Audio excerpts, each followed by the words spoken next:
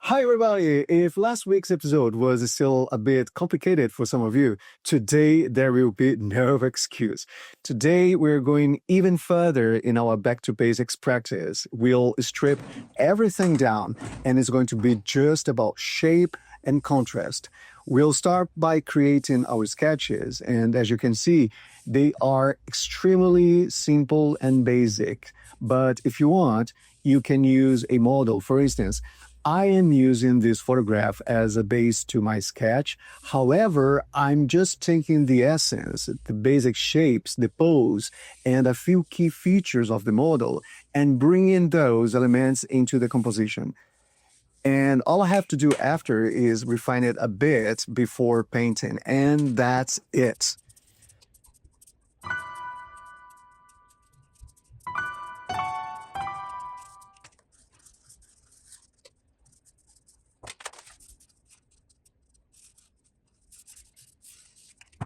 So let's paint our first composition. We have already worked this style a few times already, but it's always good to revisit it because it reminds us that everything starts simple. The very first things anyone will notice in your work are the basic shapes. After that come colors, textures, and the sense of movement.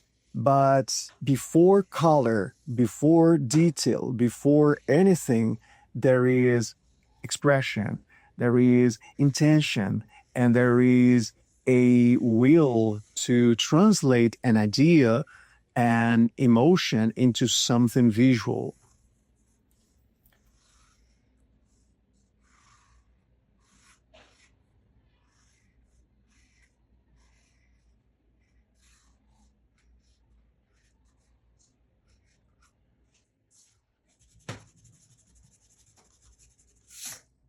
All the colors that you'll see here are made from the same four hues.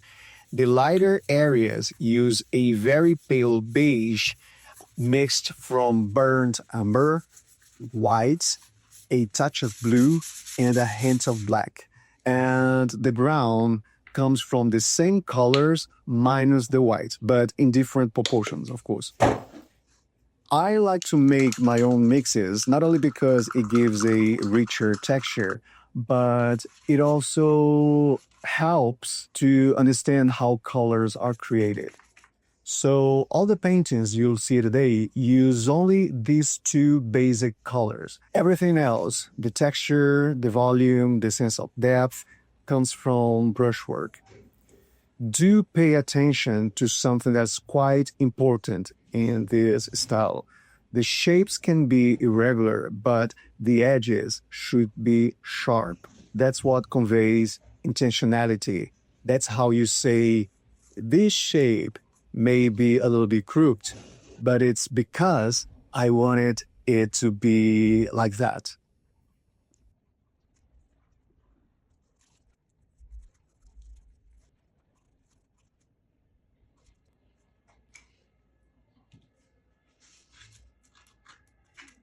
Before you know it, your first composition will be finished.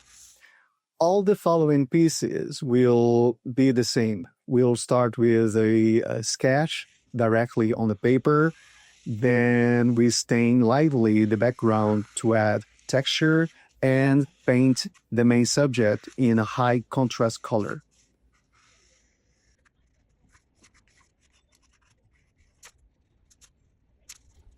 As you can see, it's all done with very simple shapes, but it's done with intention, with purpose, with emotion, with instinct, and I would dare to say with courage. And everything it's done with will show, even though it doesn't have a proper outline, even though it doesn't have much color or anything beyond the basic shapes, you can still feel everything behind that through its contrast, weight, textures, rhythm, and once again, intentionality. That is why it still works beautifully when hung, because this is how it was intended to be. What I want to show you today is that even if you're still early in your art journey, or if you've been practicing for a while already without seeing progress, or if you're struggling to see how your own pieces could ever work, or if you've never truly believed in yourself, please understand that even the simplest compositions can be effective if they carry expression, if they convey emotion, and if what we see on the canvas is intentional. We are all imperfect creatures. And I've never understood why we spend so much time chasing perfection. I think that when we make peace with our own imperfections, we stop trying to compensate for them elsewhere. That's when we realize that our work doesn't need to be perfect. It doesn't have to be beautiful in the classical sense of the word. It simply needs to be authentic, true, honest, genuine. And remember, you don't need to copy nature. Look at nature, see its essence, and use that to create your own reality. If realism is your call, go for it. But don't force yourself into being something you are not. That frustration will show even in the most beautiful piece that you make. Remember, you are an artist. And as an artist, you have the power to transform nature, to create your own version of it. It's your power and your duty as well. So focus less on how you expect people to see your work and more on what you want them to feel, not about you, but about themselves when they look at your work.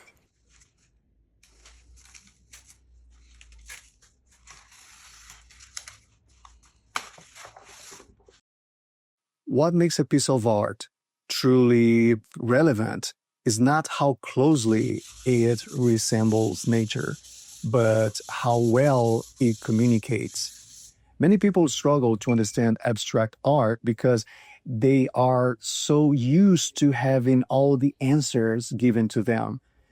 Yet, in abstraction, even the answers often come in the form of more questions.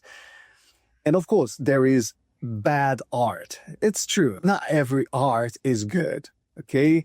It happens in music, in architecture, in acting, and of course, in the visual arts. And I'm not just talking about a matter of taste. I'm talking about things that are soulless, things that are done just for the sake of doing, just for the sake of having something shown. This is how bad art is made, when it's done mechanically without emotion, just for the sake of doing it. So I think that's one of the reasons why people go to concerts. Yes, it's a chance to be closer to the artist or the band you admire, but it's also to connect with the human part of the artist, the emotion behind the product. Anyway, many people give up on art far too early, not because they lack talent, but because they don't understand that talent doesn't manifest in the same way for everyone. We are humans, not factory made. So people give up too soon because they begin to judge themselves. They become self-aware. And that awareness turns into fear of being different and fear of being wrong, as if being different was the same thing as being wrong. It's not. So if you ever look at another artist and think, I wish I could paint that. Just remember that artist already exists. The world already has that artist and probably doesn't need another version of them. Okay? What we need is you, your lines, your choices, your mistakes. They are your signature. That's what makes you you, and that's what makes your art yours. So every time you paint, you're having a conversation with your feelings, with your memories, your imagination. So let your art be imperfect, bold, and free. Let it tremble, let it shout, let it whisper, because in the end, art is not what we see, is what we feel.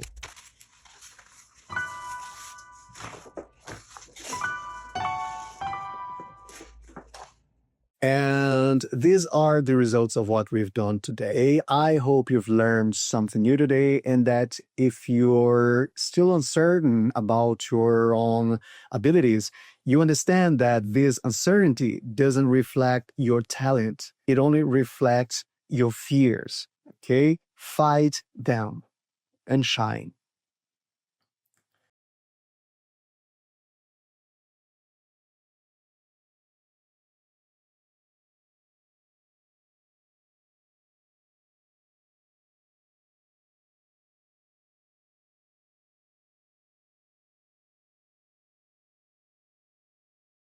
As always, keep on practicing, and thank you for joining us.